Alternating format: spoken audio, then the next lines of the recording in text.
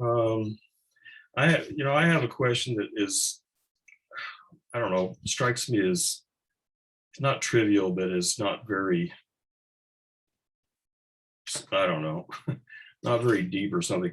Anyway, because there's so much stuff in here. I mean, it is so dense. And, finally he's talking about like thinking about thinking and stuff like that.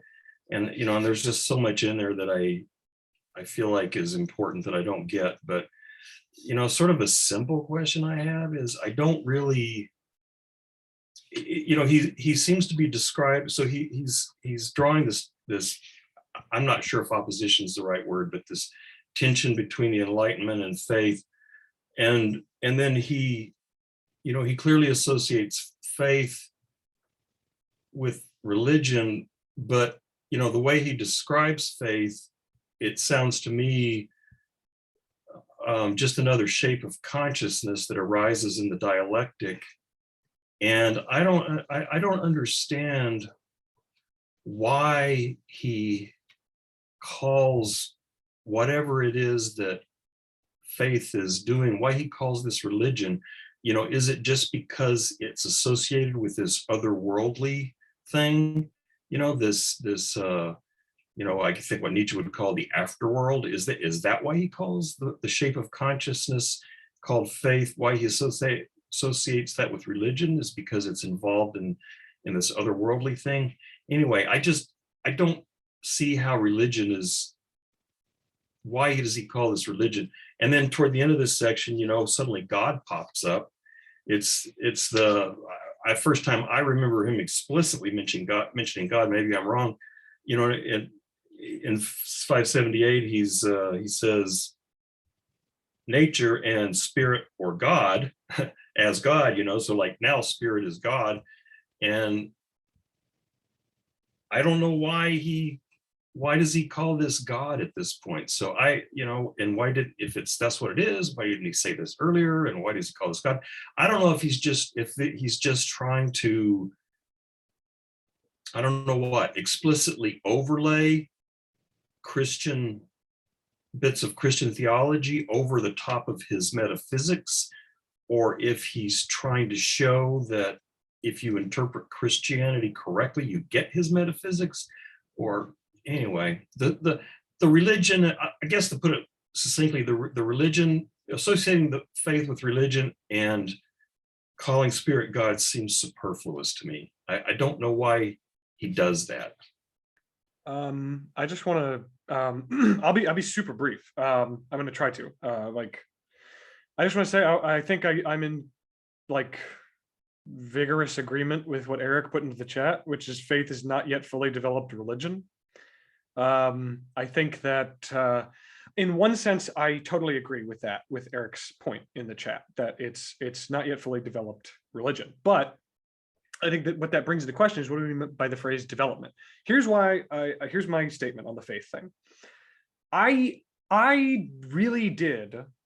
I don't know if it was just because I've drank the Kool-Aid, but I really did find his notion of faith, at least in relation to this other concept that he posits, this pure insight thing that he keeps talking about as this center point of enlightenment, and enlightenment is just the diffusion of pure insight and whatever.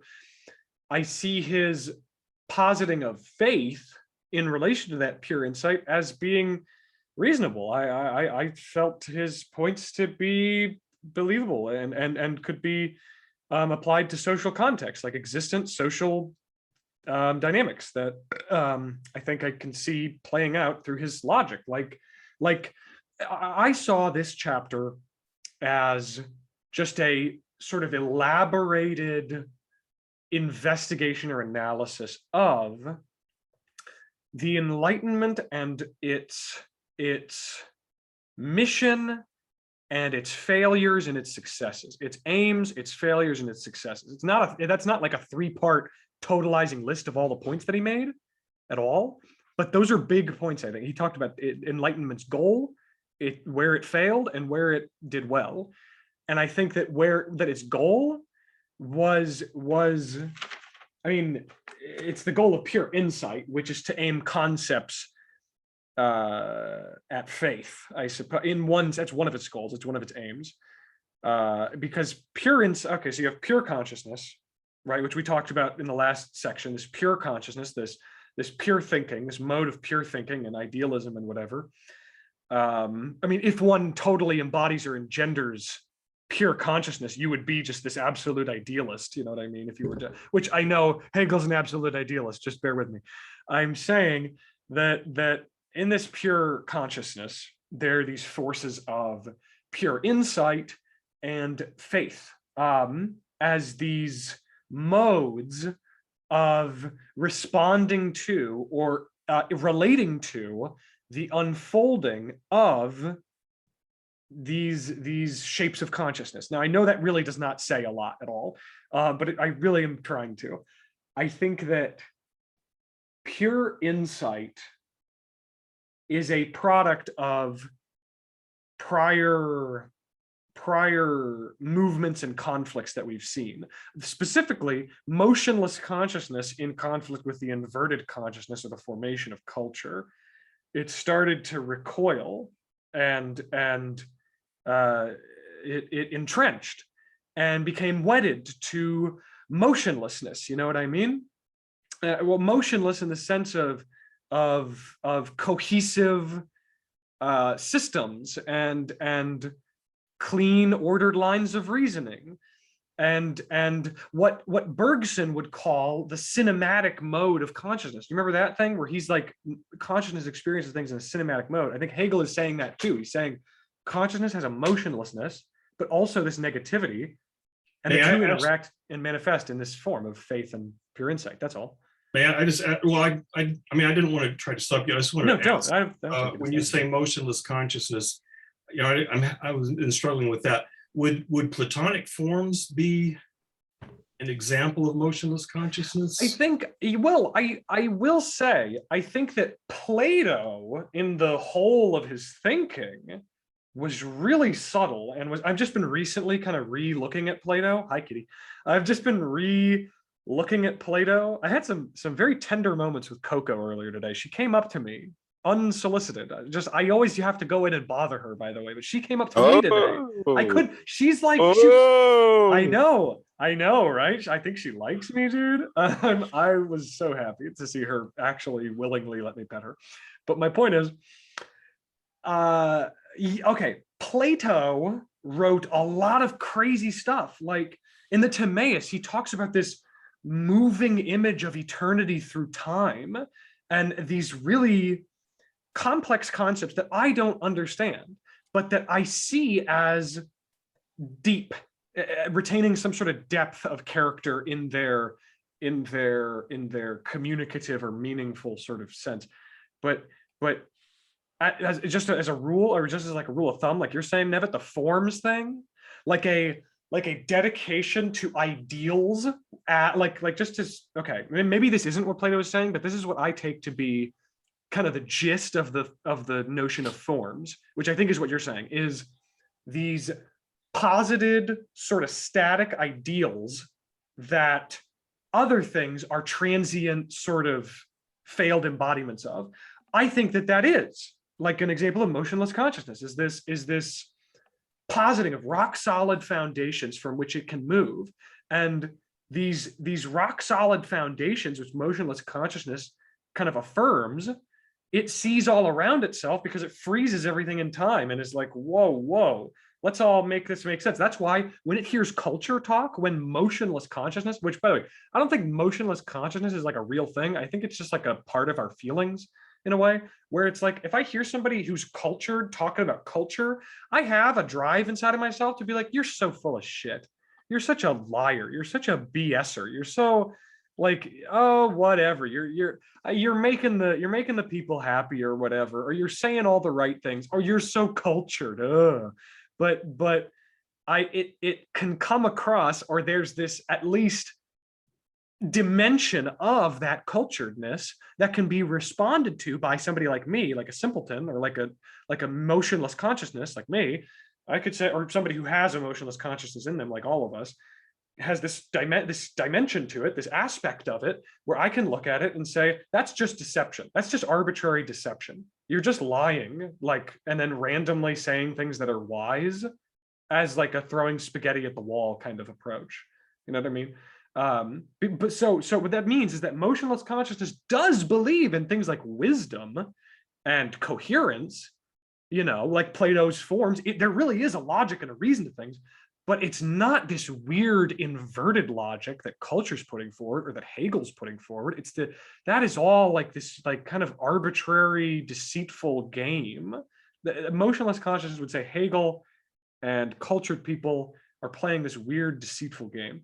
My point is, to just kind of jump forward a little bit, I see this whole discussion from this chapter as a good way to, not a good way, but my way of making it make sense in a more practical sort of way that's not this abstract set of terms of vocabulary, is like an Enlightenment thinker and his project of embodying reason, the universal truth of rationale, and the proponent, being a proponent of science and hard logic in the face of what this Enlightenment style thinking of, you know, rationale, in the face of what it sees as this mysticism and obscurantism, this game of deceit and error and folly, this realm of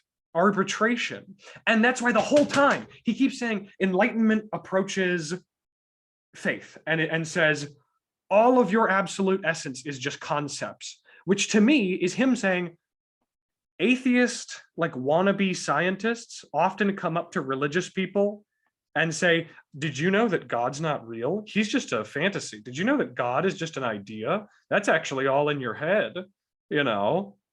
and he says, okay, but faith already kind of recognizes this in its mechanism. And we can get into that or whatever later, but like, that's one example of this pattern of this chapter of Enlightenment thinking that it has really got faith's goose. It's you know, it's got it. And then trying to confront faith and say, God is dead, God is over, faith is stupid, it's a realm of error.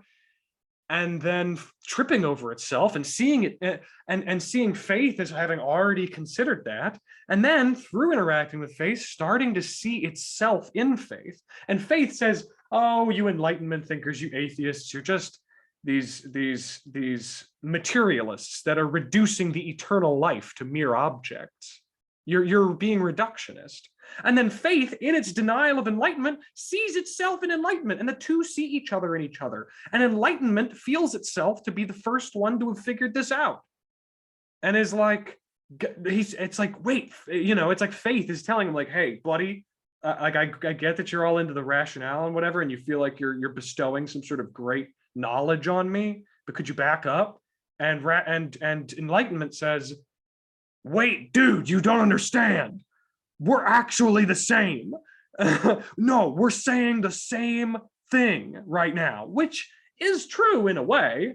And so in certain areas, enlightenment does succeed. It says right things. It says that the images or the aspects of the mythopoetic landscape of faith are contingent. Those symbolic formations or whatever, those are contingent. That's correct.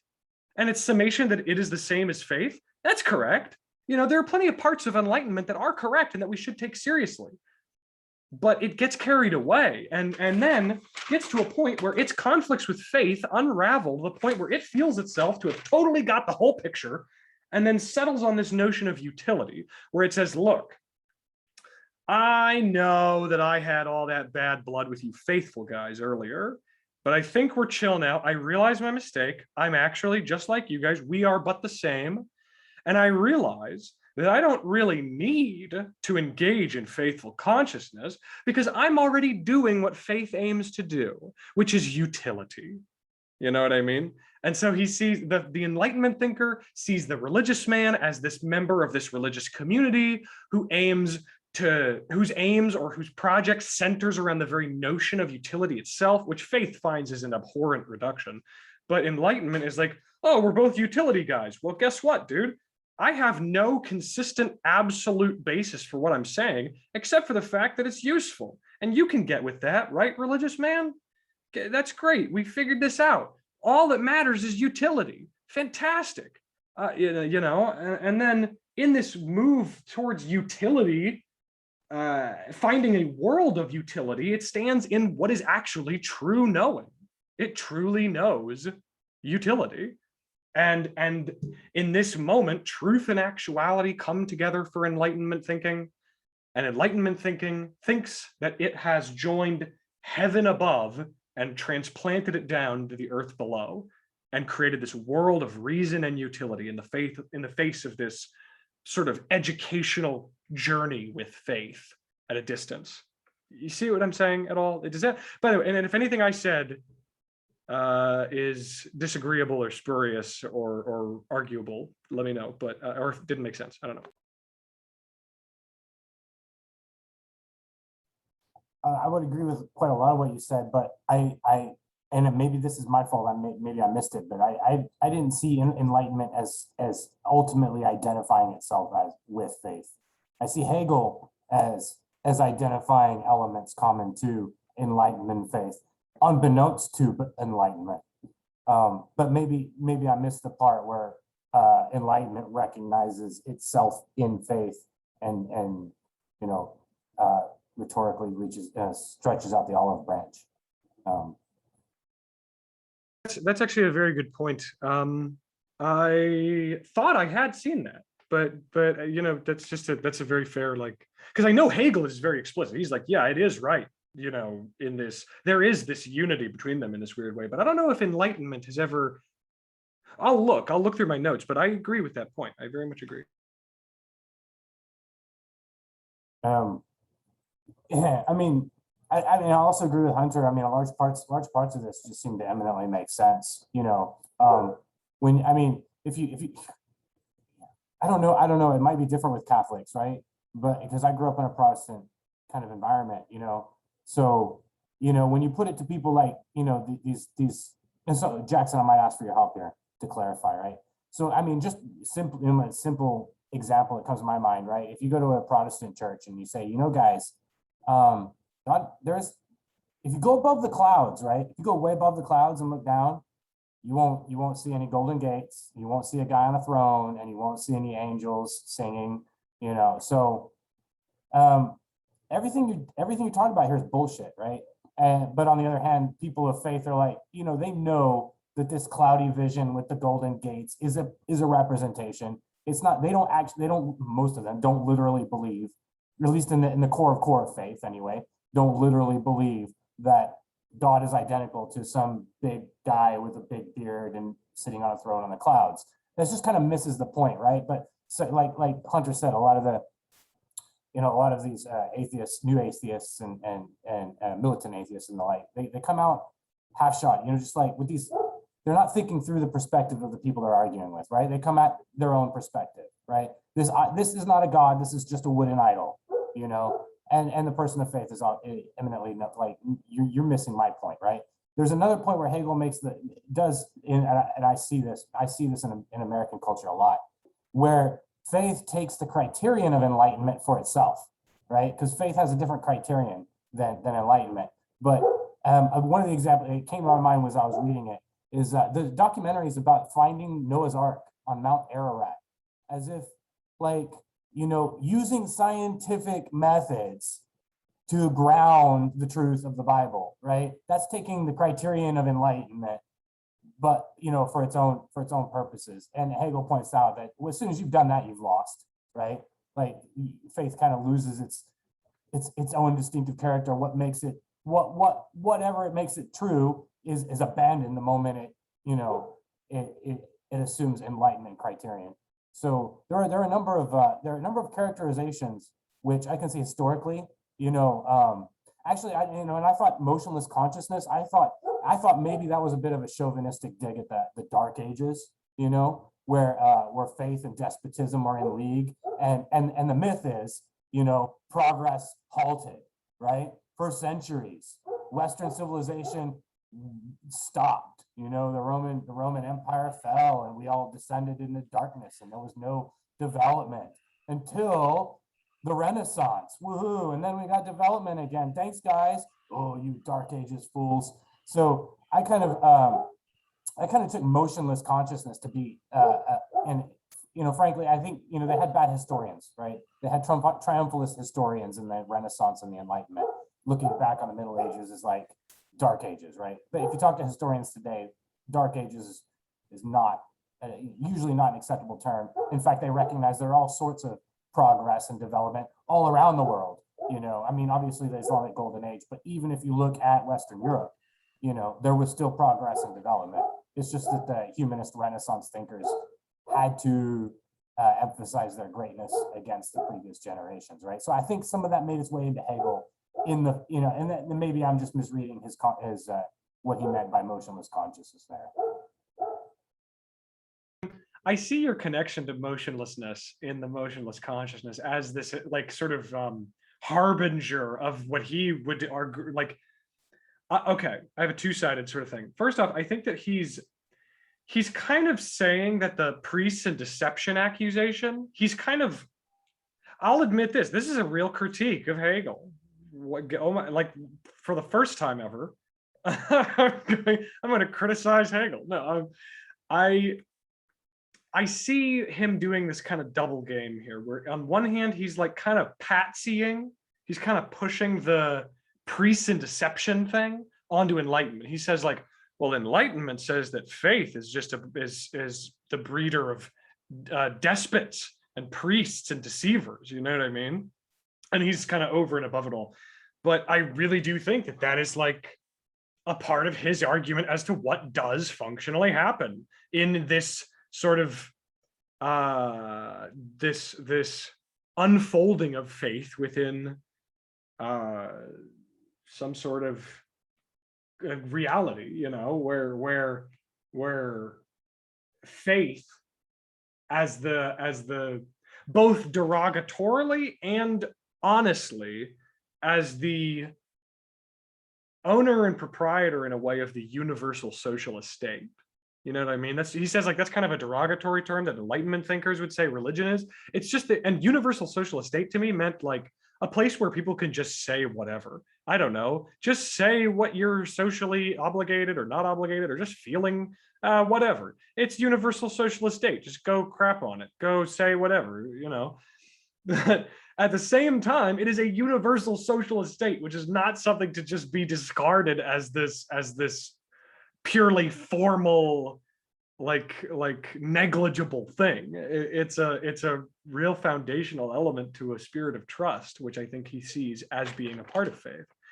And so, like, I think that on one hand, he's critiquing faith, but also kind of folding that critique into this bigger thing that he's doing in order to kind of get the weight of that critique off of him and onto the people he's talking about. You know what I mean? At least a little bit, I would say. Yeah. He's definitely not a full-blown attack on faith, right? He recovers a lot of important elements.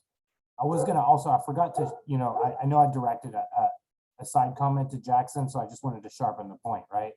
For Catholics, right? As far as I understand, the Eucharist is the body of Christ, right? And you can't say otherwise. You're not allowed to say, well, it's a symbol or it's a metaphor, because that would not be being a good Catholic, right?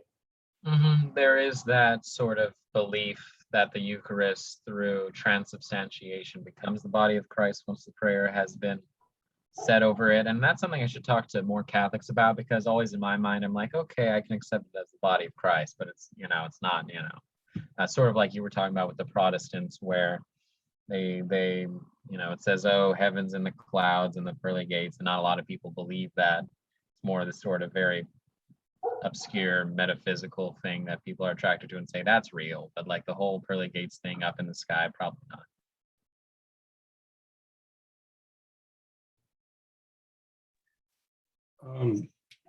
I'm not sure I understood what Eric and Hunter were talking about exactly, but Hunter seemed to say something about the two, the Enlightenment and faith, kind of reconciling it in some way. And this is really vague, and I would have to go back to the text to try to find something more concrete and definite.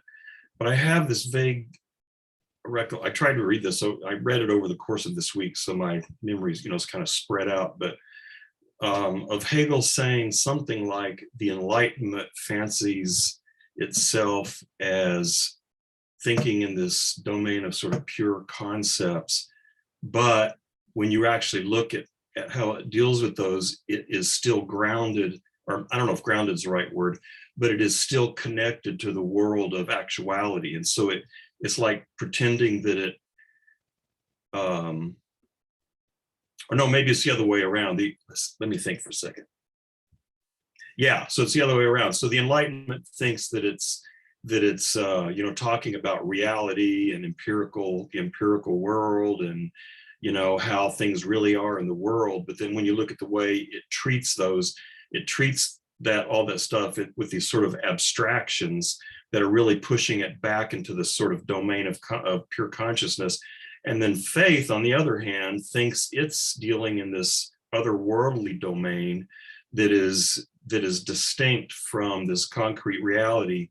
But then it has to interpret all of that stuff in terms of icons and and these concrete images and these texts.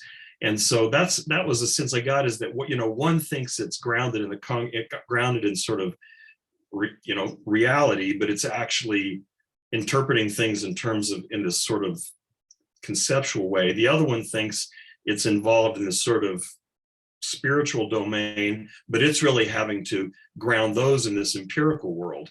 And so that in some way the two are kind of like just the flip sides of the opposite sides of the same coin.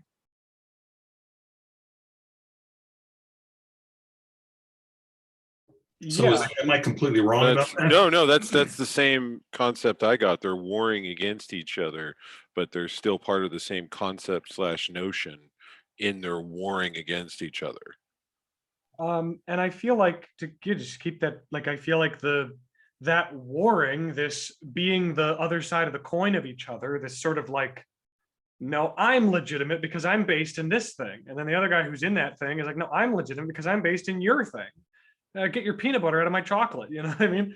It's like that conundrum or conflict, I feel, is like it's like pure insight. The way I kind of visualized this chapter is like pure insight and faith are coming together and are like, I really hate you, and you are just erroneous.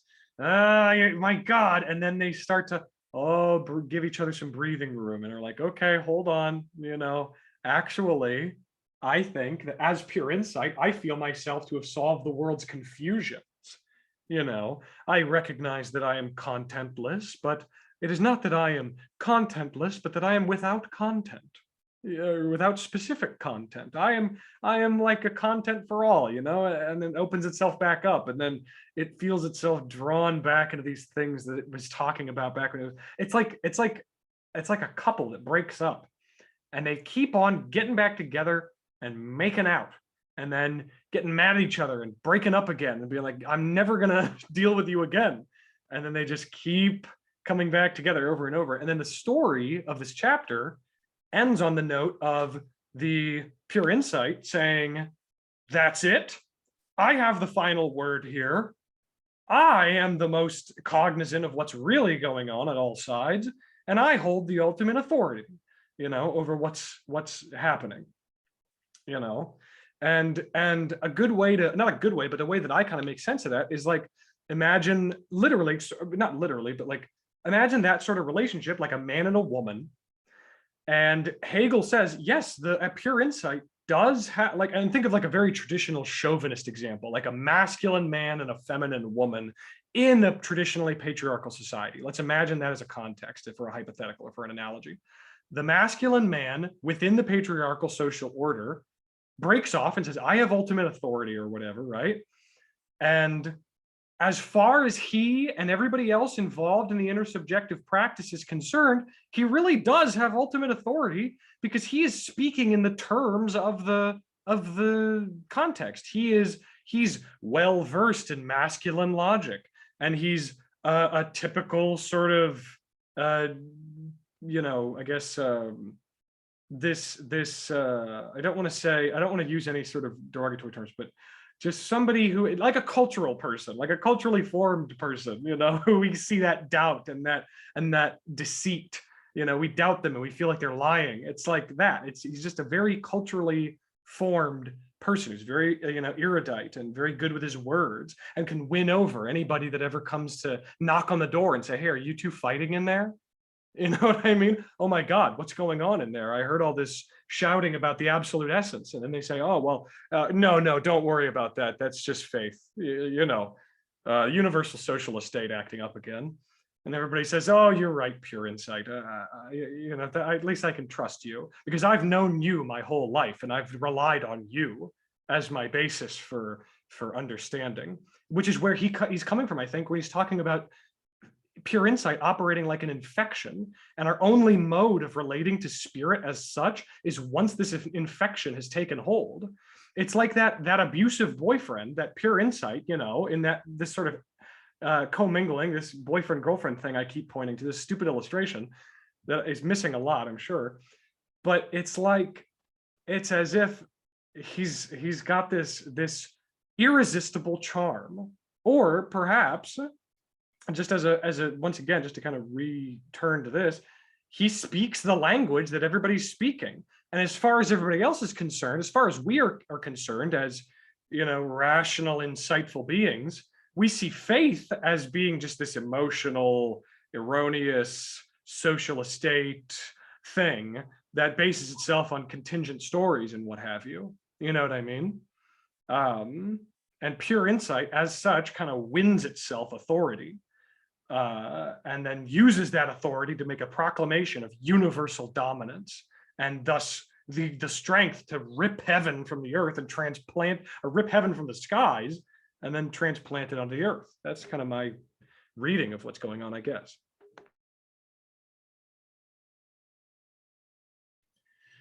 I'm sorry to belabor this point, but I'm still wondering, why does he call whatever this is faith? Because, you got like Eric said, he's not talking about religion yet. Religion's down the road a bit, but he does associate this with religion, and he does mention the word God. And so even if he's not working out, what religion is, he's laying the groundwork for what he's going to say about religion by throwing in these words like by faith and God, and so I don't think the word faith is accidental. That it has this religious connotation, but I don't understand. I mean, is the only reason he's calling this whatever? I don't know what to call it. It's not, I guess I called it a shape of consciousness earlier, and Hunter's comments make me think that's not a proper way to that's not what the Enlightenment or faith are. But whatever faith is, why is he calling it faith? I mean, is it just because he wants to be able to deploy what he says here when he gets to the religion section? I mean, in other words, literally, the word faith has these connotations, and I think he's intentionally using it because it has these religious connotations, probably these Christian connotations. And why? Why is he using that word to talk about whatever he means by that here? I don't understand. To me, it just confuses me. So I can read what he says about faith and kind of make sense of what he's saying and how it's in tension with enlightenment. But when he just repeatedly calls this faith, it just starts importing all this shit from theology into my mind. And I don't mean that theology is shit, but I mean is it just starts importing all this stuff. And I'm like, why is he using this word here? So the way it makes sense to me, at least for now, is if we go back, through the ethical substance that had its forms in wealth and state power, and the noble consciousness, which then, there was the base consciousness, which I identify as, because I distrust both wealth and state power. The noble consciousness eventually descends into something like base consciousness. And so it finds itself in a position where it distrusts wealth and state power. And then I think when we get to, sorry, Nietzsche, walk away. I mean, this is kind of a good moment for him to bark, though, right? Right. So, So then he starts talking about what was it?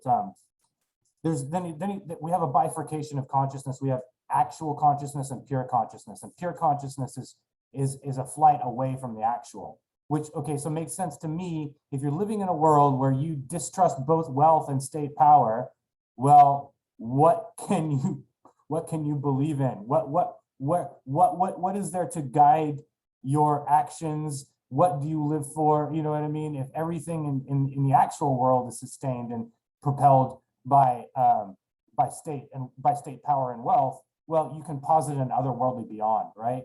Something beyond this world which can give, truth, meaning, satisfaction, whatever it is you're looking for. If you're convinced, like imagine Antigone living in a world where she had no supporters, okay? Where nobody said, she has this belief, this heartfelt, that she has to bury her brother, and she understands it according to, the tradition, or we can call it a religious tradition, but she has a faith in something otherworldly that is guiding her actions. Now, especially if she happens to live in a world where most people are not agreeing with her. So just acting this out has no material benefits at all. At least in Antigone, like her sister and other people could sympathize. So it wasn't a purely selfless act because there was some support, right? But I mean, that's just, that's by and by. I think what Hegel's doing here is just kind of abstracting it, right? In terms of where the power lies, right?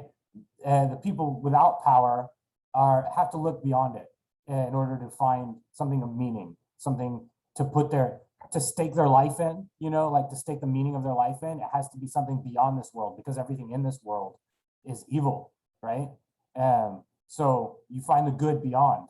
And so that's where I feel faith comes, is it starts with the self, and it projects this otherworldly beyond for it to anchor or to stake the meaning of its life, right?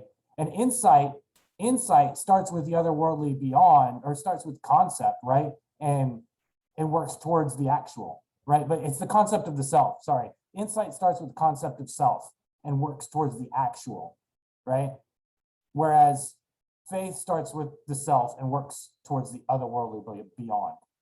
So we have an initial contradictory motion, but then as they're developed, they're shown to have common meeting points or parallel trajectories. But essentially, what I see faith as is really just without evidence, okay? Without anything in the actual to confirm your belief, you will persist with this belief. And if you believe, if you're Gnostic, right? You believe the world is just utterly evil, you might still believe in a good well beyond this world, right? And any attempts by others to pry you of those beliefs, you will just interpret as more evil, lies of the devil, so you got to maintain your faith, right? But again, as this is developed, it can open up, it can come into contact, but I think that's getting a little beyond the scope of the chapter. Does that help at all, Nevit? Yeah, I mean, especially when you said faith, how did you put it? Without evidence. So I'm thinking it's faith because it's basing its conclusions on non-empirical, like you said, without empirical evidence, unlike the Enlightenment, which thinks it's grounding everything in empirical evidence, or deduction. For example, in Kant, even when he's moving beyond empirical evidence, he's grounding it on some sort of deduction. And so what you're making me think is the reason it's faith is because it's not doing either one of those. And then maybe that is in a sense preparing the ground for religion later, but I can see why you would call it faith. And that also helps me understand why the Enlightenment, whatever that means, would be so critical of it, because you're just making this shit up. I mean, you just invent this stuff in your mind and you're going to call it reality. That kind of what you're, yeah. Yeah, that kind of that helps. Just a quote in support of everything that kind of Eric is saying. Or not quote, but just a point from in the earlier section that we read. Earlier on in the spirit section, he was talking about faith and pure insight. When he kind of introduced these concepts, he was talking about stoicism, and he talked about religion and yada yada. But there's a part here where he says that faith, well, there are two kind of functional definitions of faith that we can, at least as like simple, concise attempts of his to define it. And one is faith is the opposition to actuality of self-consciousness.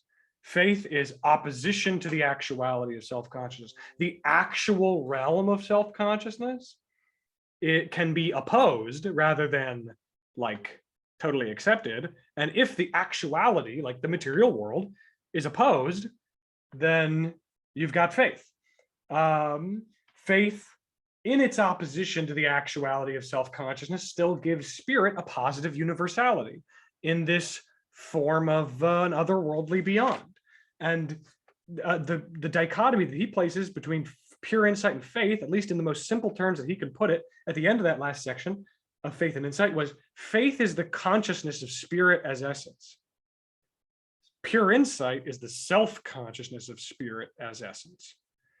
And what that means to me, I guess, is that faith is consciousness of spirit as essence. It is at the very least a baseline awareness or consciousness of spirit, right? You talk to any religious person, any faithful person, and they'd say either God is all around us, or the whole universe is bound up in samsara, or whatever, this affect, either some affectation of spirit or some aspect of spirit, Christ is in all of us or whatever.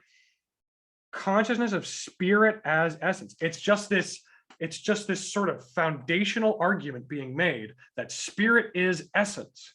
Spirit is the essence of what's going on in a way that you could say and would make sense to a traditionally spiritual and theistic person. Pure insight is self-consciousness of spirit as essence, in the sense that it's not just certain that it is all truth. It's not just certain that spirit is all truth.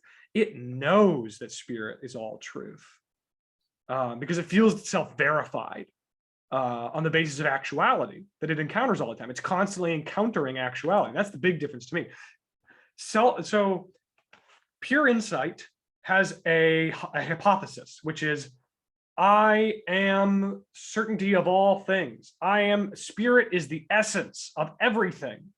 And then it finds that hypothesis not only certified, but recognized by everybody. Everybody's like, yeah, that's true. Science is good. All of your hypotheses about the notion of the joining of the category with the content, this notion of where mind meets matter is when man applies a category for Hegel, in a way. People are all around pure insight going like, yeah, that's true. We all are supporting you. And there's all this data and all this evidence to support it. But faith is certain that that spirit is the essence, that spirit is all truth, but it does not know it in the way that I think he's trying to get us to use the term know, as in having reaffirmed. You know what I mean? Like one human being like, if I look at this vape of mine and I say it's blue, I could be certain in a way that it's blue. But then if I point to it to one of you guys and say, what color is this? And then you say blue, I would say, now not only am I certain, but I know it to be true. And if one of you guys says, no, it's red, then I will say, well, I'm still able to be, well, actually, I guess if I'm a radical empiricist, I'd say, oh my God, what? And I would kind of freak out. But if I were faithful, I would say, you can say that this is red, but I am still certain that it is blue. And I could still be right, because there's no way that anybody's going to back up or support or bring to the realm of knowing any sort of contact with the otherworldly beyond. We exist in God's silence. You know what I mean? You have to be certain, and certainty is the basis of faith. Does know mean susceptible to empirical and rational justification? I would say that is a way to say it. I would say that is a way to say it. I think just the most basic way that I guess I am thinking of it, which actually I think, Nevitt, your notion might be like a more complete definition than what I'm even operating on right now, because my definition for knowledge has been that it has been reaffirmed by self-consciousness or by another consciousness that I recognize as having the authority to affirm it. Like a little baby, I could say, like, what color is this? And they would say green, and then I would say, you're an idiot. You know, but if I went up to a color theorist and I said, what color is this? They have the authority to recognize my certainty as knowledge, you know. And so empirical justification and ratification and reassertion in this realm are all, I think, modes of knowing. I guess I think that your understanding of knowing that you're putting forward is a good one, or at least to me, that's my concept of what he's saying when he says no. And that, to me, is the split between faith and this insight, is that insight knows what's going on. Faith is just certain of what's going on. You know what I mean? But I don't know.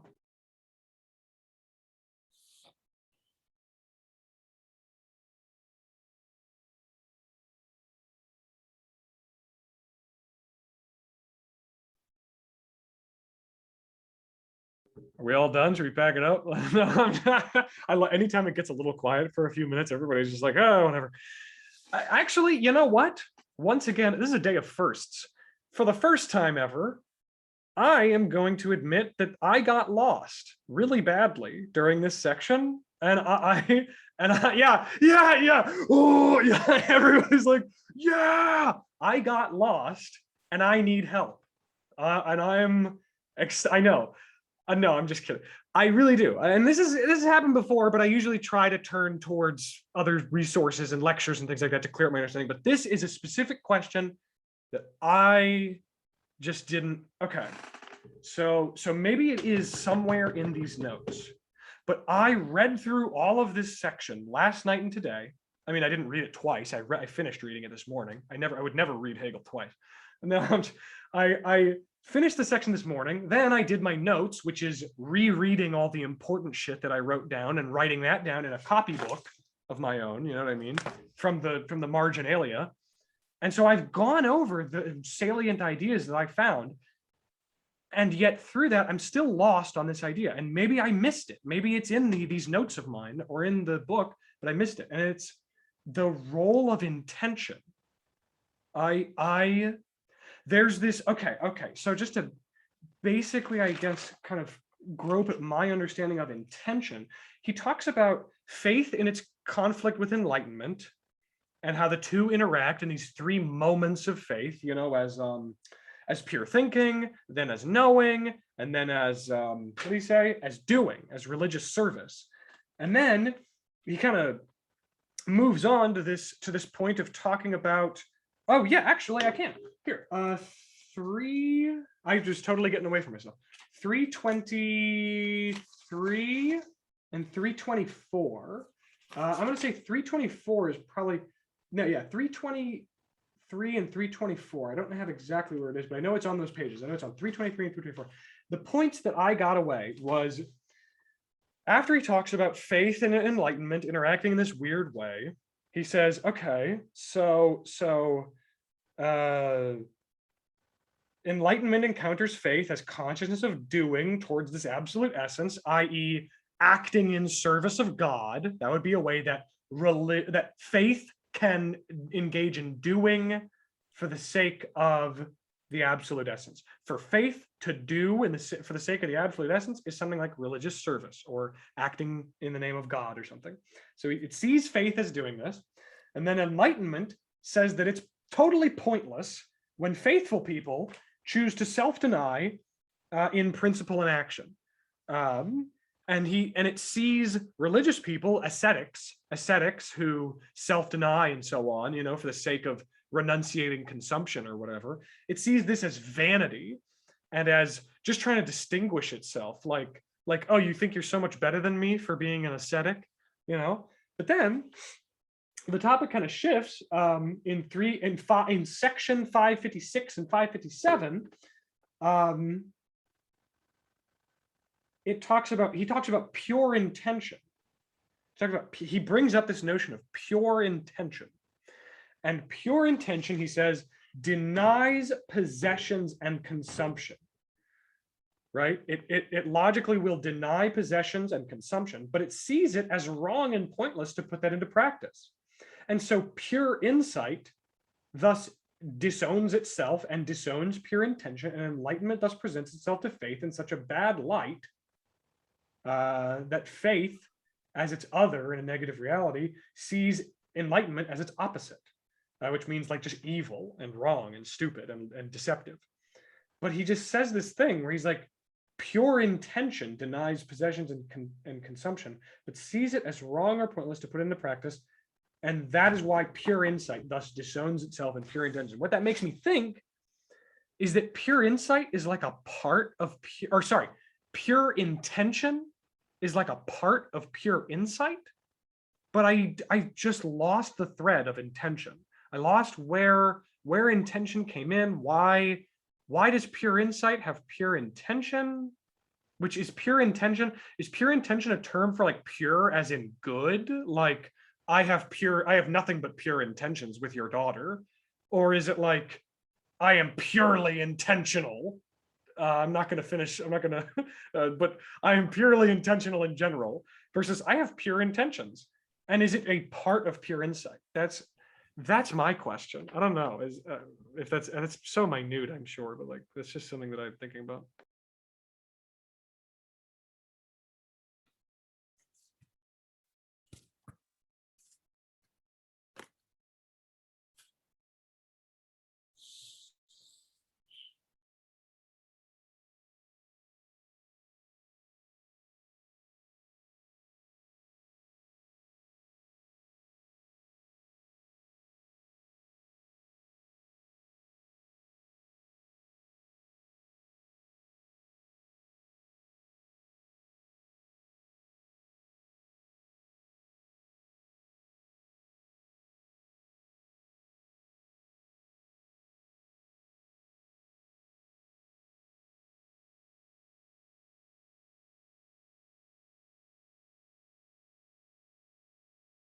Like, how does pure intention, because here's my thing, right?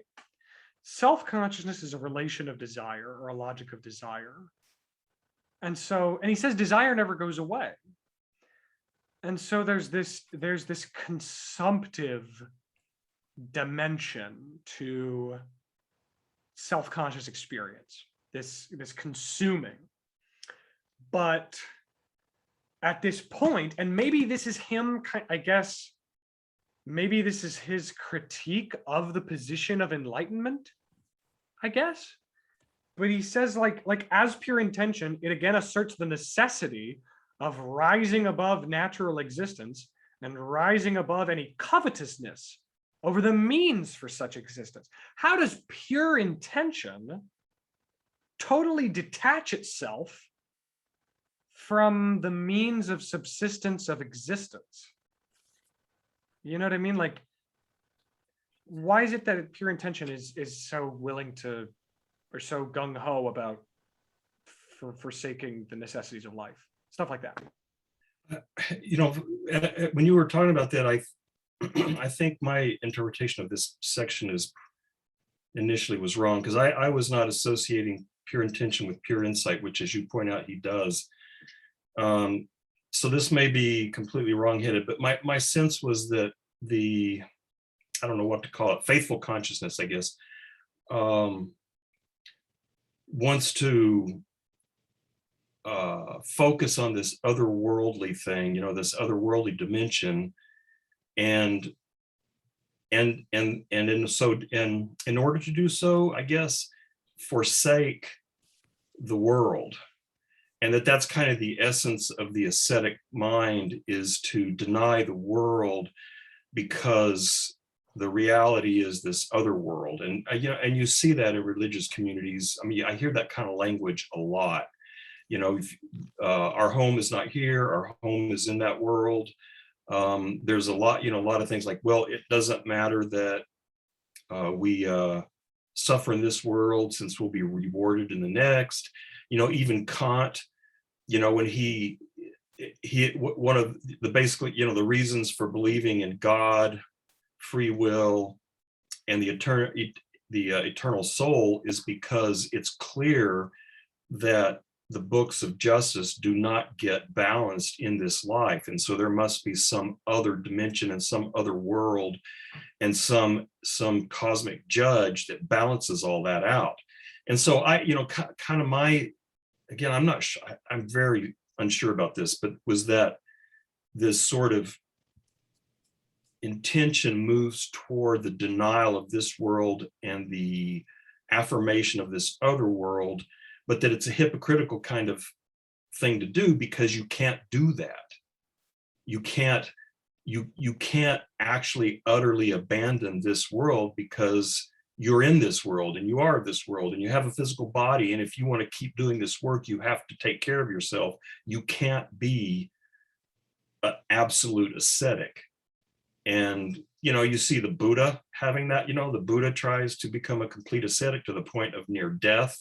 And then he's like, no, this is not going to work. I'm going to go the middle way, which is this way between excess, and it's like this almost this real Aristotelian meme. And then you have some religions like Jainism that it seems to be like as close as you can get to like absolute denial of this world, to the point where you try not to inhale bacteria and stuff like that. And so that's kind of what I was thinking he was suggesting, is this pure intention is because you're driving toward this other world, but then that ends up being impossible. But the problem with that interpretation is that I don't know how then pure intention can be associated with pure insight, because I thought pure insight was something that was associated with enlightenment rather than faithful consciousness. So I'm confused. Well, Nevitt, yeah, go ahead. I thank you for your comments. I thought they were very thoughtful. Part of it is think of if-then statements. I mean, if a person posits that there is, fill in the blank in terms of the best term, a spiritual world, deity or deities, and that spiritual world is what somehow brought us to here, to the material world, the world we see with our five senses, then there seems to be a logic that says, if I'm going to try to understand that spiritual world, I'm not necessarily going to be able to learn about it by wrestling in the mud. That getting totally engaged in the world can be counterproductive for the search of spiritual truth. At the same time, your point is very well taken, is that one has to engage in the world because we are material beings, right? We're carbon-based life forms. We have to have a certain amount of sustenance. And so there has to be a certain degree of engagement with the world, because without the maintenance of our bodies, we won't be able to take part in that search for the ultimate, the eternal, the spiritual, or the whatever. And if you think about it, for those people who are interested in that, the tension that you brought up seems to me to account for such a wide range of approaches, starting with that as initial starting point of assumption of the existence of the spiritual world. And I thought you were spot on with your example of the Buddha. Didn't he say something like when he heard music and he said, oh yeah, the string of the string instrument can't be too taut or lax, or else you couldn't get that note that is beautiful. And that's when he started and then of course he lost those followers, but to him it's like, who cares? But what's interesting to me is he goes through that very process that you were describing, is what is the best way, right? And to me, that's just a very interesting spiritual biography, because it's you see him trying, and it's not like he spends 2 weeks. I mean, he's spending a long amount of time with these. And so, part of it is the starting assumption. If Hegel is assuming that there is a spiritual world, how does one try to access it?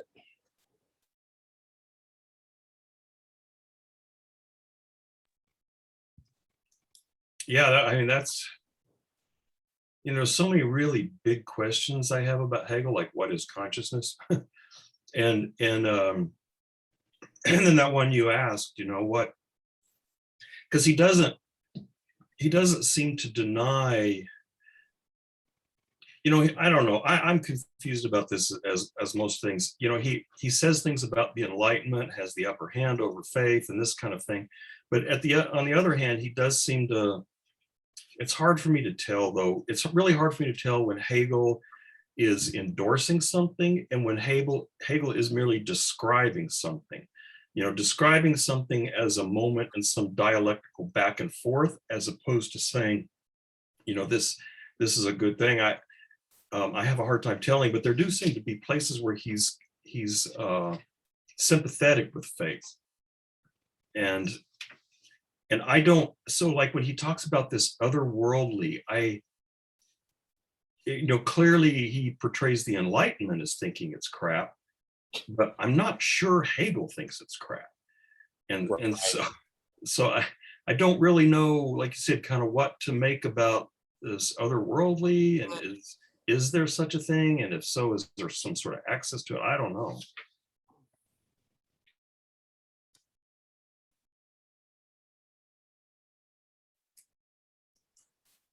Oh shit, what did I miss? Oh, we just figured out what Hegel was saying. So, but it'd be kind of difficult to repeat it. So you'll probably have to listen to it again later. We all reached pure insight. You were here. Sorry.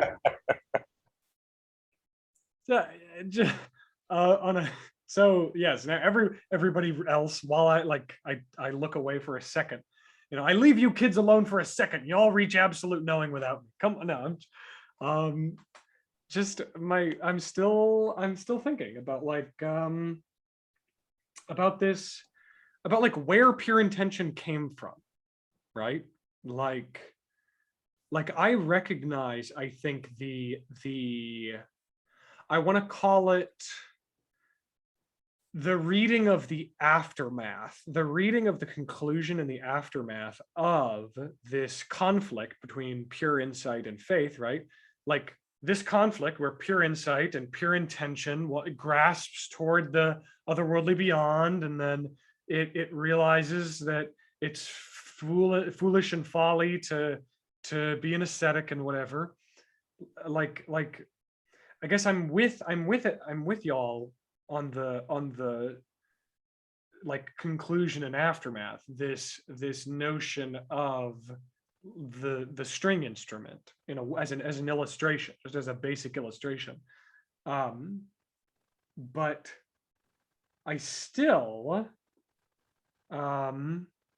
see this pure intentionality is so strange, and I guess it's only made stranger by the later sections where he talks about enlightenment, even after this point where pure intention denies possession and consumption, but sees it as wrong or pointless to put it into practice. That's pure intention is doing that. He says later that enlightenment still finds denial of things in consumption to be wrong and purposeless. Way later. But so I'm confused. So I'm reading pure intention to be a moment of faith, much less than a moment of enlightenment, or sorry, a moment of faith. It's difficult because of the language he uses, right?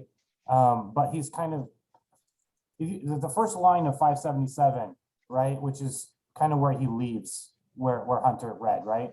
So does the Enlightenment make itself known to faith, right? So this is the perspective, from the perspective of faith, this is what enlightenment looks at, right? Sorry, this is how enlightenment looks. It's criticisms, right? From the perspective of enlightenment, all right, so yeah, we have this ascetic ideal, right?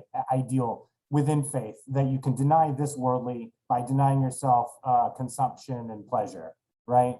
But enlightenment recognizes that this, this isn't the thing, right? You're not rising above your body. You're not transcending this world. You're just engaging in a deed. A deed which has a derivative function, which is to prove what your real intention is, and your intention is to transcend the world, right? You can't actually do it, but you can, might have an intention to have contact or knowledge of the otherworldly. And so in order to do so, or in order to prove your intention to do so, yeah, the things of this world are sinful and corrupt, and so I won't eat food, right? But again, that's not sustainable. And in contact with enlightenment, we know that that's not sustainable, right?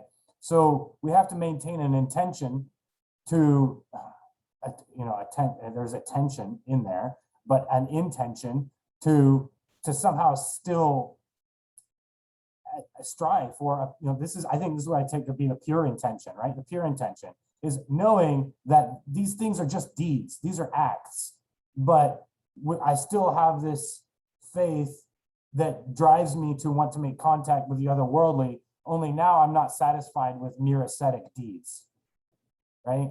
So the pure intention goes beyond identifying deeds with, the meaning of the deed with the deed itself, right? And is more focused with the pure meaning of the pure meaning of whatever the deed was. I don't, and to be honest, I don't feel like I've fully grasped it, but I still see, as best I can make sense of it, pure intention is faith, but it's faith after having already come into contact with enlightenment, recognize that, simply forsaking a meal is a mere deed, and it's not the thing itself, which is transcending the material, right? It's just an act that proves that you wish you could, right? Which is not, go ahead. At the end of 556, right before the 557, and this is again what was confusing me, because I was like you in that I'm associating pure intention with faith, but then the last sentence, he says, pure insight thus disowns itself as, disowns itself as pure insight. For it disowns, never mind, I misread that passage. So whatever I was going to say doesn't make sense. Right. I thought that said pure. Oh no, it is right. Yeah, pure, never mind. Forget what I was going to say. Right. I think this is what pure insight looks like from the perspective of faith, right? It goes through these movements. So does that mean, so pure insight disowns itself as pure insight, for it disowns the immediately purpose of doing of pure intention. So pure insight is associated with enlightenment, right? So pure insight disowns itself as pure insight, for it disowns the immediately purpose of doing as pure intention. I just don't understand that sentence. It disowns itself as pure intention. What about intention as a form of abstraction? Like he keeps mentioning utility and how insight is more of the act of thinking itself. And then he keeps mentioning pure matter, whereas utility is a form of abstraction that insight can grasp a concept or have an object of when he gets towards the end. So it's a way for utility, which is pure thoughtfulness in the self-consciousness. It doesn't think conceptually. It is an act of thinking, can have an object that isn't intended on using in the utility.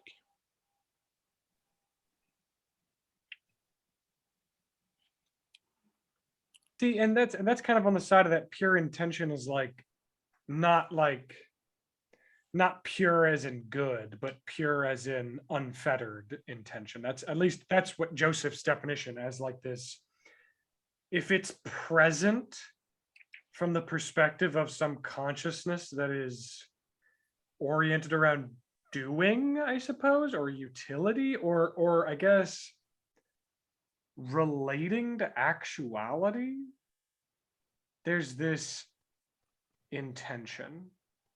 And maybe both. I'm seriously just, Yeah, it would have to be both. both, you know what I'm, yeah, like maybe both faith and pure insight, maybe they don't both contain pure intentions, but they both engage with pure intentionality. Do you see what I'm saying? Like faith and insight might both do that. Yeah, because faith needs an object. It's a picture thinking object for consciousness, whereas insight is the pure act of thinking and doesn't really have an object other than itself. So with intention grounded in utility, it has an object there. So it really is both. And it's a form of abstraction. So you're saying that faith has intention towards this otherworldly beyond, which we strive toward, which we try to be ascetics in order to appease or whatever. Faith has pure intention toward transcendence into the otherworldly beyond. Faith has pure intention of transcendence. But you would say that insight, or one would say that insight has pure intention in the sense of pure intentionality of its cognizing of utility. Right. So, Yes. okay. That's just so weird.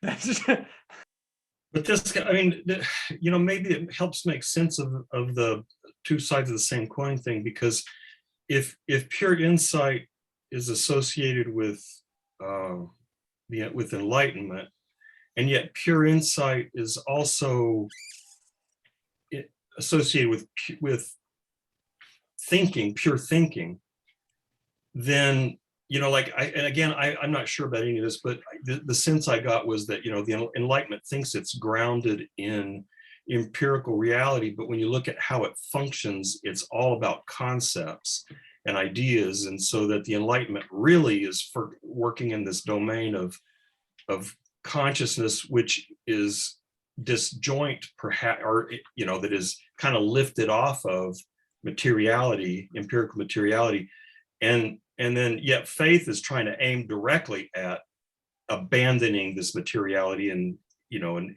connecting to this otherworldly domain. And so I don't know if Hegel is trying to say this, but it's as though they're both in a sense lifting out of this empirical domain in different ways.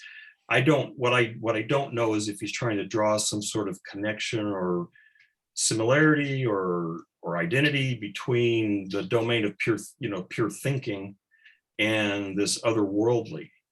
And maybe I don't know, maybe he's saying what faith kind of gets wrong is it doesn't realize that what it's trying to, that the only thing it can do, really, there is no otherworldly as such, there's just the otherworldly of pure consciousness, perhaps. And so maybe faith gets confused in thinking it can find some otherworldly, some other kind of otherworldly, when really the only otherworldly there is this domain of pure thinking. But I'm way speculating there.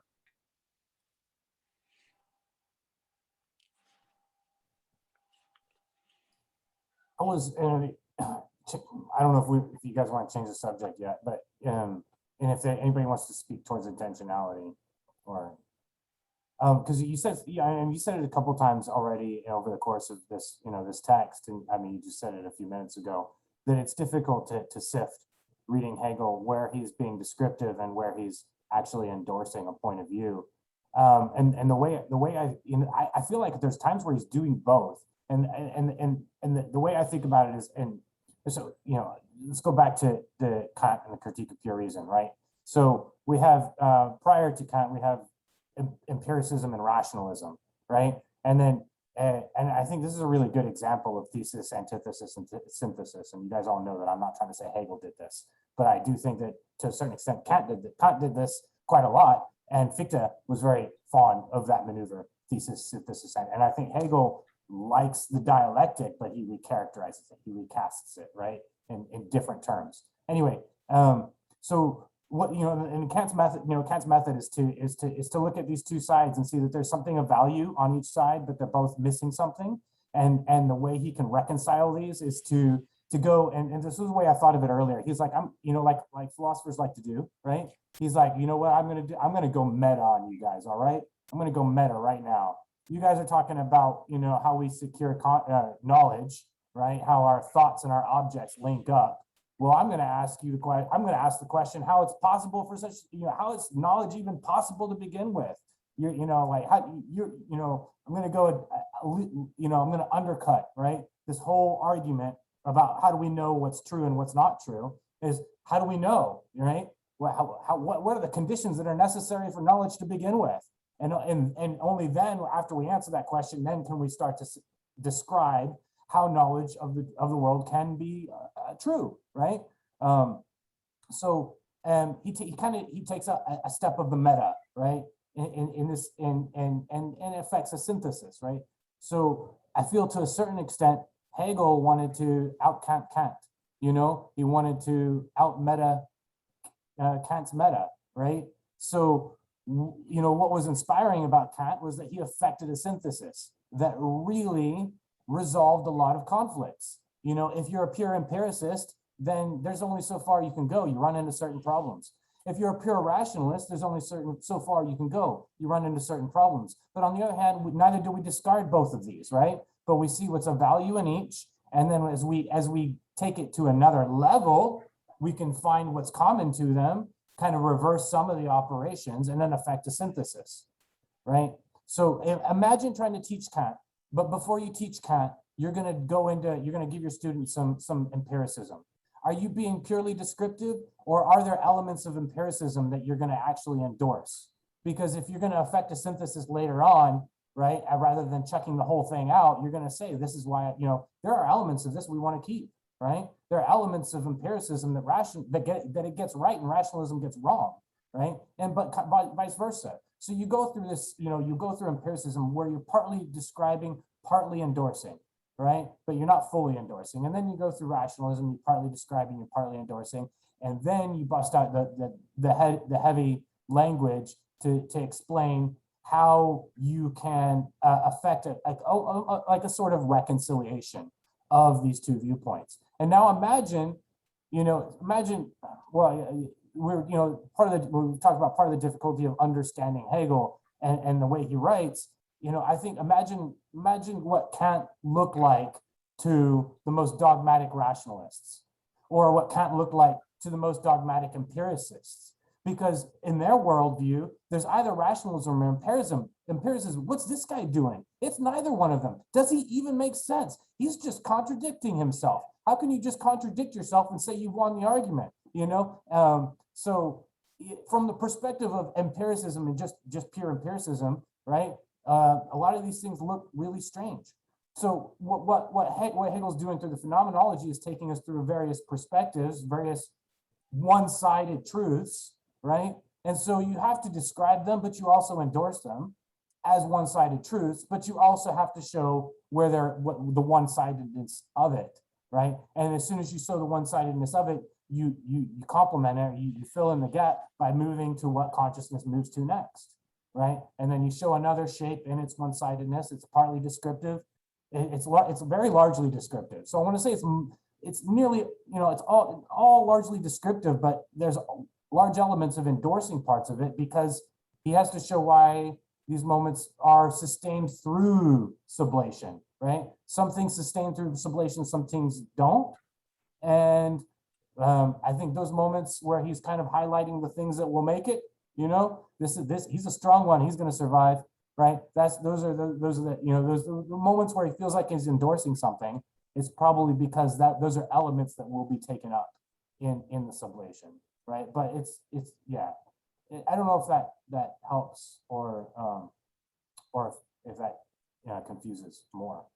It helps me on a on the level of trying to read through this, because then you don't really know, or like you said, maybe you kind of get hints, but you don't really know which elements of each move he's going to retain until you get to the next move, because like I said, you get these two things, you get this, and then it generates its own this, then they get sublated, and that generates something else. But then you get this sedimentation of these sublated moments.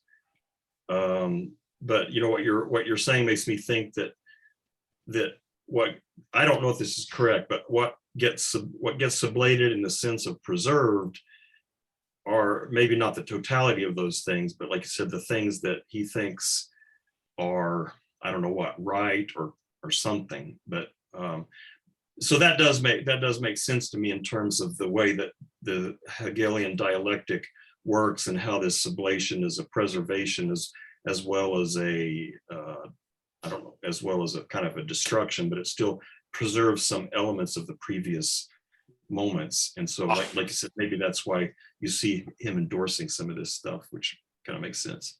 Afbang. I just like saying that. Am I saying it right? Afbang. It sounds like Klingon. Afbang.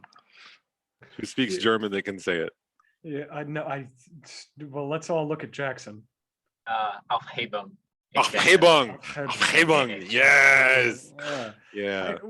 And this actually is I think in agreement with Eric's sort of your words on Hegel's method.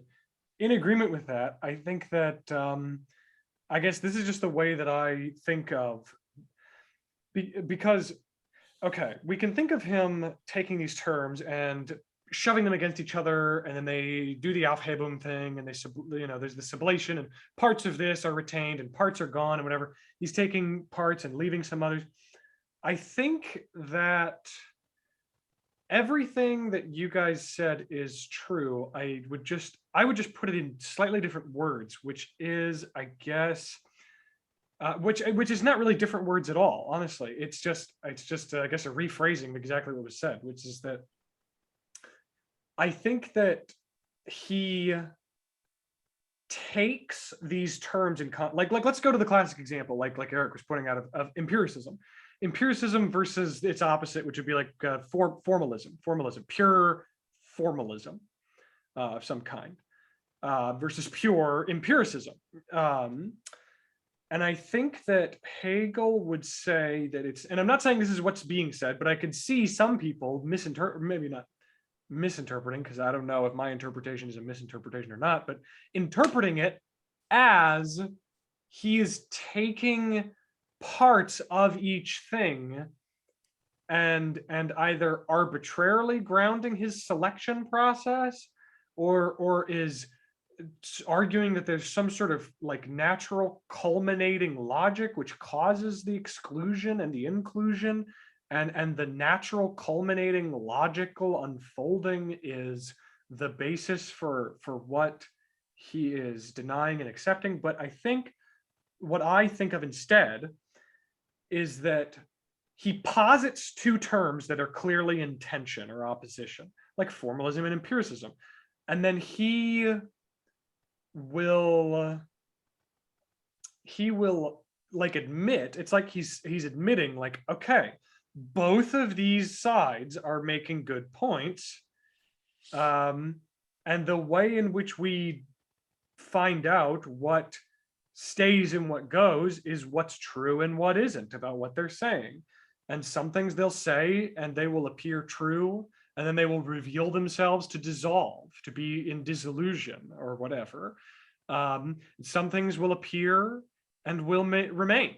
But I think that the criteria for what remains versus what dissolves is what is true. And in this sense, I think that he's saying it's not like, this is kind of good and this is kind of good, but you know what's better? This, which is like, again, in agreement with what Eric was saying. That's more of like Kant and Fichte, who are more like that. But I think he is saying like, okay, formalism is making some really good points that I don't think you guys are taking seriously enough. And empiricism is making good points that I don't think you guys or I have taken seriously enough up to this point. And we need to take them seriously. And in taking them seriously, in really like role playing as a hardcore proponent of this idea, he is like, what is the ultimate argument for this thing? What is the, if I were like the most hardcore empiricist, what could I say? And then he kind of goes through the motions, and then he finds himself at this place where he's like, okay, from the position of the most hardcore formalist and the most hardcore empiricist, what my research shows is that both are saying true things that the other one cannot get around. And what that causes is not an irresolvable impasse necessarily, but this weird dilemma where they turn into each other, where formalism, at the logical, I guess, extreme of formalism, it would be considering the limits of my formalism, which would be the limits of human thought, which is therefore endorsing or engaging in empiricism. So formalism or idealism engages or endorses in empiricism, right? And then empiricism, like Nevitt said in the chat, reifies given forms and can only do that, and therefore lapses into formalism. And so Hegel is saying it's not that there is no middle option. He's like, there's this weird irresolvable impasse where the two are making really good points, and then in fighting for or embodying those good points, they collapse into their opposites. And he's saying, okay, well, what is it about this that we can say to try and make the meta turn that Eric is talking about, to take that meta step below or above or whatever illustration you want, but like, I guess to the subterranean, like Foucaultian, like what's really going on, you know what I mean? And so I think that Hegel is not making something better or like refining an idea for its own sake in a way, but the idea is being refined, but through its collapse and its dissolution, its dissolvement, where formalism and empiricism don't really make sense anymore. And the only thing that can make sense is always totally siding for empiricism, or not empiricism, for formalism in a way. Meaning, not I am always going to be a total formalist because empiricism is stupid, but that the very difference between empiricism and formalism, this difference I'm positing and gesticulating with my hands and talking to you guys with, this difference that I'm positing and talking about, it's a formal difference. And both of the terms, formalism and empiricism, they're both forms. And so the whole difference and both of the terms, as far as we can interact with them, are totally formal. And so the whole thing is formal. And so there's this, that's the thing. That's what I mean, Nevitt, when I'm saying like one fails better.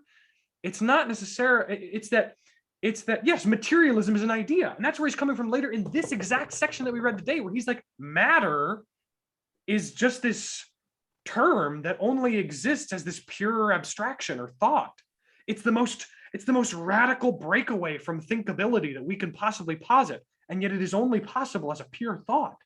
And he's like, so he's reintroducing asymmetry by to him, from his perspective, it's like he is realizing or uncovering the fact that these differences are not really differences, but are differences, but differences on one side, where, okay, I'll give you a couple examples. Formalism versus empiricism, it's a formal difference.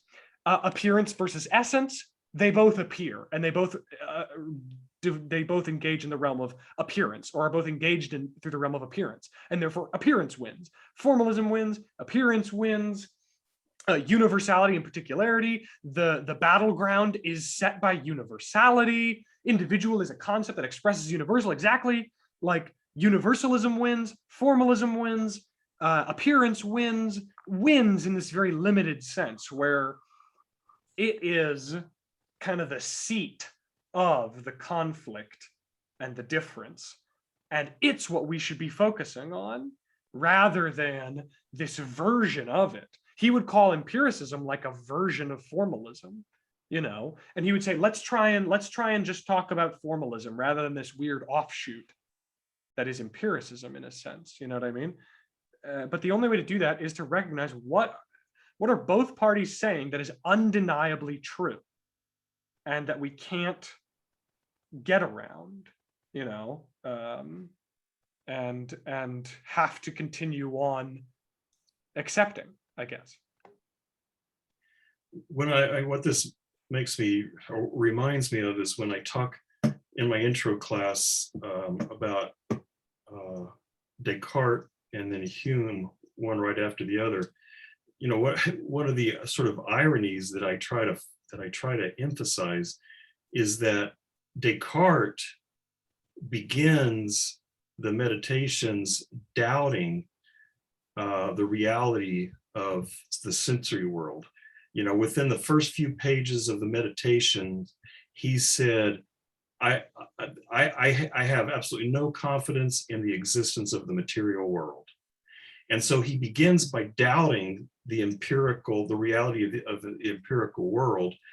But at the end of the meditations, he is 100% confident that there is a material world. He doesn't think what we know most clearly and distinctly about it are its sensory properties. He thinks we know most clearly and distinctly its mathematical character. But nevertheless, Descartes at the end of the meditations is 100% confident that there is a material world. So he starts off doubting sensory experience completely and ends up absolutely affirming the existence of the material world. Hume does the opposite. Hume says, because there are no innate ideas, I have to begin with sensory experience. I have to start there because that's all we have. We don't have any innate ideas that we can appeal to like Descartes does. So I have to start with sensory experience. But when Hume finishes, Hume's final conclusion is, I cannot prove to you that there is a material world. I just can't do it. And there's at least two readings of Hume. One is one reading is, well, Hume thinks that there is a material world, but that our sensory experience probably represents it faithfully, but we have no way of proving that. But apparently there are a fair number of Hegel scholars who read Hume scholars who read Hume like Berkeley, who, according to whom there is no material world at all. And so that's what I mean, you get this, so when you're saying that, you start off with this rationalist, or I guess what you're calling a formalist, who denies confidence in empirical experience and ends up affirming with 100% confidence the existence of a material world distinct from the mind. Then you start with an empiricist who begins in sensory experience because that's all we've got. And he, at the end, at very best, is skeptical that there is a material world. And so, I mean, that seems to be a good case in point where, and then, Kant, as Eric said, tries to construct a system that sort of keeps a foot in each domain and constructs this complex, system to do that. But then, to be honest, I don't really understand how Hegel's dialectic is what it's doing, frankly. But I can see what you're saying in that, Kant tries to resolve this dichotomy in very clear, stable, I don't know if the right word is motionless terms, but he tries to create this kind of edifice that resolves all this. Whereas it seems like Hegel is saying that's really what's going on, is this dynamic process that you can't just grab and fix and create this stable the stable system that just resolves over all these, but there's this constant moving back and forth between these modes. And I don't really understand how that works, but it kind of helps me understand, like you and Eric are trying to set this in the context of this tension between those two movements. So I could refine the earlier point. So just like, well, so, look at surveying the scene, seeing empiricism on one side, rationalism on the other, Kant kind of constructs an extra logical space from which he can encompass both perspectives, right? But that space is a logical space, right? So and I don't know if this is misleading, if this was just a flight of fancy on my part, but it occurred to me that in some respects, what Hegel is doing. All right, so we have the question is how is our knowledge of the world true, right? How do our thoughts match up with the things out there in the world, right? That was the question, right? And then Kant says, well, how do we have knowledge to begin with, right? We can't answer this question until we ask a more fundamental question, right? How do we have knowledge of the world to begin with, right?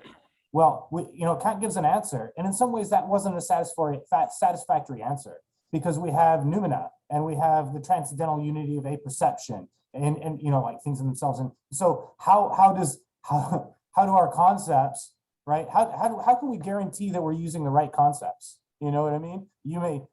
Something may be represented in your imagination as such and such, but that, you know what I mean? That you could just be misusing concepts. The thing in itself could be radically different from how you're representing it. So in certain respects, people after Kant said, well, you did some really good stuff. I mean, that Copernican revolution is amazing, dude. But you didn't really answer the question you thought you were answering, But, we're not going to chuck this whole thing out, right? So Fichte tries to refine it, right? So how do we get this? He tries to synthesize a unity between the self and the world with this I, not I, that the not I is posited as a process of the I coming to know itself. And so what I think Hegel might have been doing is, okay, so the question is, how do we have true knowledge of the world? Well, wait, how do we have knowledge of the world? Critique of pure reason ensues. Then you look at the critique of pure reason and say, well, how is the critique of pure reason possible, right? And if you ask how the critique of pure reason is possible, you might have to go into some notions as history, right? Because Kant didn't address empiricism and rationalism in terms of historical movements, but it's hard to make sense of Kant without recourse to historical movements, right? So Kant can do this in a purely logical space, but Hegel, by trying to take account of how a critique of pure reason is possible, can't do it in a purely logical space, or chooses not to. And it's not. I'm not saying that the phenomenology is a historiography or any. We've talked about it. It's like it's not necessarily a temporal history. Okay, it's more of a history from simplicity to complexity. Okay, and so he has to kind of build an even bigger framework than Kant did. Kant built a bigger framework than what the empiricists and rationalists were working with, but Hegel is trying to build an even bigger framework to account for the magic that Kant did, but also where it fell short and fix the problem, right? How do our thoughts match up with the objects, right? And ultimately for Hegel, it's the unity of thought and being, right? But again, like how we get there and how he justifies it, that's his life work, right? Phenomenology kind of gives you one direction towards the unity of thought and being, and logic gives you another mode of attack to finally stumble upon the unity of thought and being. But that's the fundamental question that was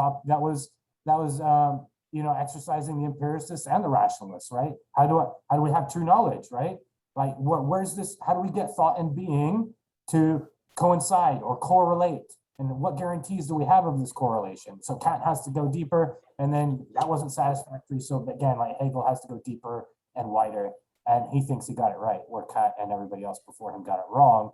But he also knows that he's standing on their shoulders, right? So he has to acknowledge, right? This was without this error, without this profound insight, but then error, we wouldn't have gotten to where we are now.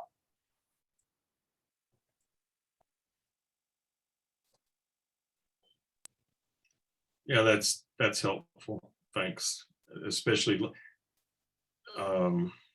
saying Hegel even taking a broader perspective and then asking about its historical context. And that's, again, something I don't really understand what's going on here, but I can see that, that's what he's doing.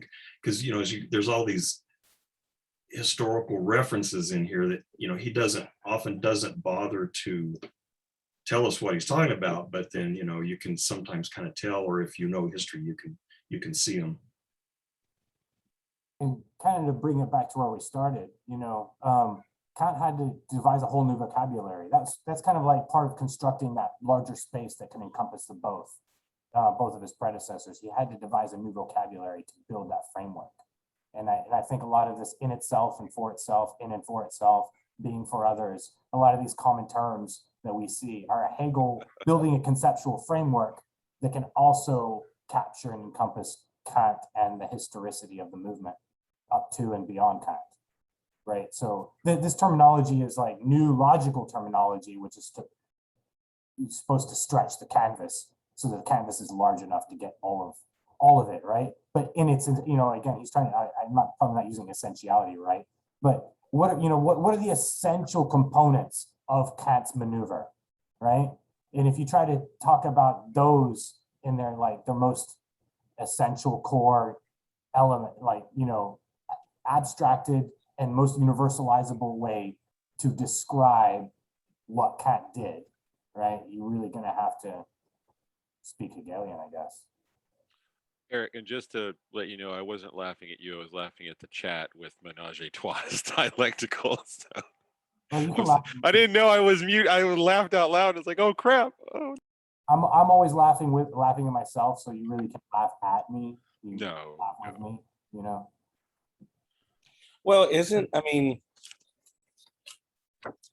what it seems like some of you are getting at is that Hegel is struggling with the problem that's very contemporary for over 100 years now, which is the language we use. And is there inherent limits on the languages we use to try to understand the world philosophically, right? I mean, you look at so many of the 20th century, Wittgenstein and others who were trying to deal with the inadequacies of, it could be French, English, whatever. And, part of it is at least Kant and Hegel were writing in the same language. And that was, I'm guessing, what they were most home in. But I defer to others about that. But if it's a question of language, then that seems insurmountable. Well, I think, I'm not, maybe Eric and Hunter can confirm this, but I think at least in Hegel, I think you actually see an awareness of that. I mean, I think Hegel, Western philosophy has this tendency to think that it's operating, like Hunter was saying or like Eric was saying with Kant, in this sort of this timeless logical space, conceptual space that isn't subject to the vagaries of history and language and so on. My sense is that analytic philosophy still thinks it's in that domain. But that I think in Hegel, you see an awareness both of the effect of history and of language. And he's trying to address that. And it's just really damn difficult because, how do you talk about a philosophy that is subject to the vagaries of language and history within a historical period and using language? But I think Hegel at least is conscious of that. Maybe that's part of his what seems to be some sort of arrogant statements about philosophy having become self-conscious. But in some ways, I think he's saying philosophy is becoming aware of. So Kant said, I want to figure out what the limitations of human knowledge are. I want to probe the boundaries and figure out exactly where the boundaries of human knowledge are. And then we shouldn't go past these boundaries, because when we do, we get confused and say stupid things. But it seems like what Hegel is saying is, but you're using language and you're in history. And so it's not that simple. And then, I think later people in the continental tradition are doing similar things. Heidegger and others are very aware and like you said, Wittgenstein and people like that, they're very aware of the problem of expressing concepts in human languages, which are inherently culturally bound and historically bound and so on. So I think Hegel's aware of this. And that's probably part of what makes it so difficult to figure out what he's doing, because he's trying to talk about problems of language using language and the problems of history from within history. Right. Yeah, thank you. That was the point I was trying to make.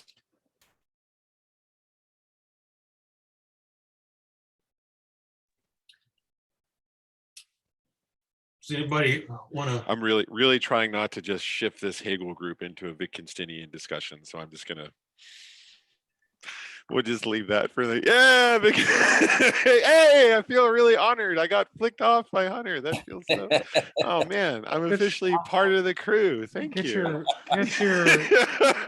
Get your analytically sympathetic philosophy of language out of here. He shifted. Yes, he shifted dramatically. He so you shifted can't, I'm not going to big time. barely. Yeah. Yeah. I mean, because Hunter, trust me, when you're in your 50s, you're not going to have the same ideas. Yeah, I'm pretty. In Wittgenstein's case, when he's dead. So, you know. Yeah, Well, Wittgenstein changed his mind after he died. So yeah, you always have of this the concept. tomb. That means I would like to read the philosophical investigations with you guys someday. Oh, please. No, yeah, me too. Actually, like the Tractatus was the first one. The Investigations was the second one. The Posthumous. I would love to read Investigations. I think that would be super weird. That'd be awesome. Yeah, it's a good one. I'd love to get your guys' insight on it, because like you guys could offer so much. So this is completely off topic. So Joey, those podcasts you're referring to, are they the ones by that guy that's in India? He at the beginning of every time he says, "Here, I'm speaking from India." I don't believe so. Oh, I'm okay. unfamiliar with that guy.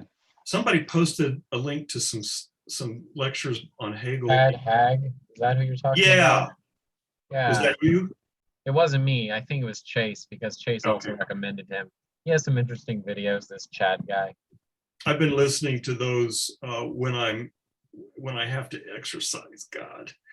And I listen to Hegel, those Hegel things, because it keeps the pain of Hegel blocks the pain of exercise. You know, it's like when you put capsaicin cream on your it's like Hegel blocks out the pain of the exercise. So that's funny that you listen to it while you work out, because whenever I go to the rec center and I decide to listen to something, I listen to a podcast or something about philosophy, just because, you know, you're gaining gains, but that has nothing to do with the gains in here, you know. When I'm on the elliptical, no joke, I read Phenomenology of Spirit, because I figure might as well get both pains out of the way now. So. Yeah. Okay. Well, that was, I think, helpful. Begging your pardon, there was people were talking earlier in the chat. They were joking about Christian atheism, or I'm not doing justice to the comments, but did you hear of what happened recently? And it's one of the Ivy Leagues. I thought it was Harvard, that the person who's been appointed to a seat of morality and religion is actually an atheist.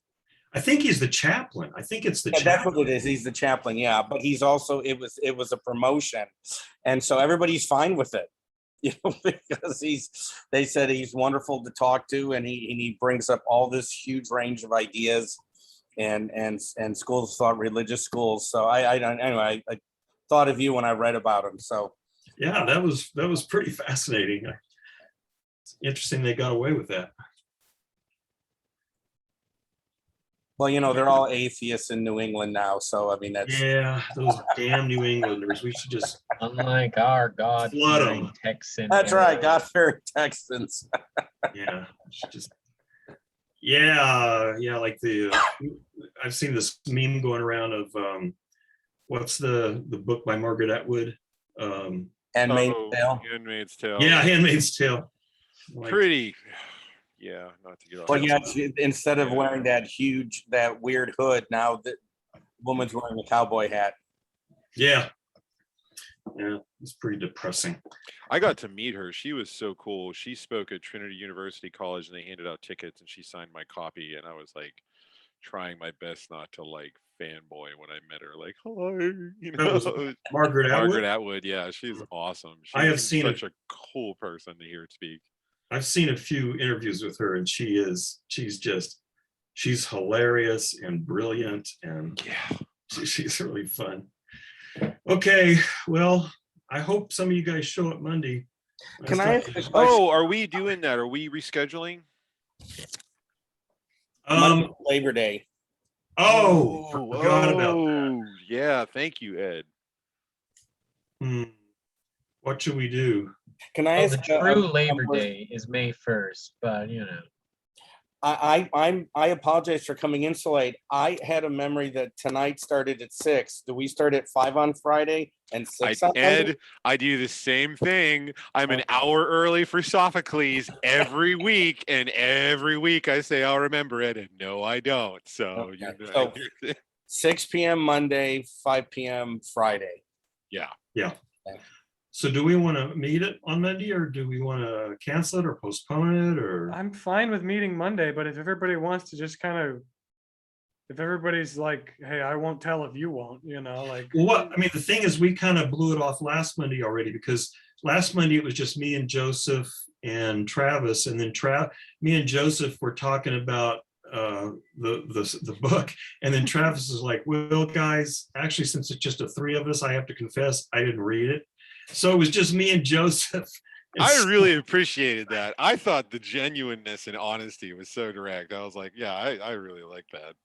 Yeah, so, but so we've already kind of skipped one meeting. What we had tentatively agreed to do is just then do the last, the last book in 2 chunks instead of 3. But so if we threw out this Monday, then it would be only 1 unless we add another one or something, which I guess we could do also.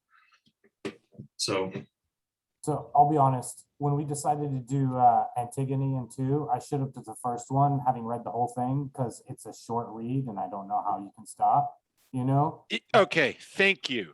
But yes. I only read half of it. And so like, I felt like the discussion was limited, and it was so much better when everybody had read the whole thing. So then when it came to the next one, Oedipus Rex, I deliberately missed the first one. And just, I mean, it was like, because I'm just going to read it in one sitting. Okay. I'm not going to come in and discuss half of it.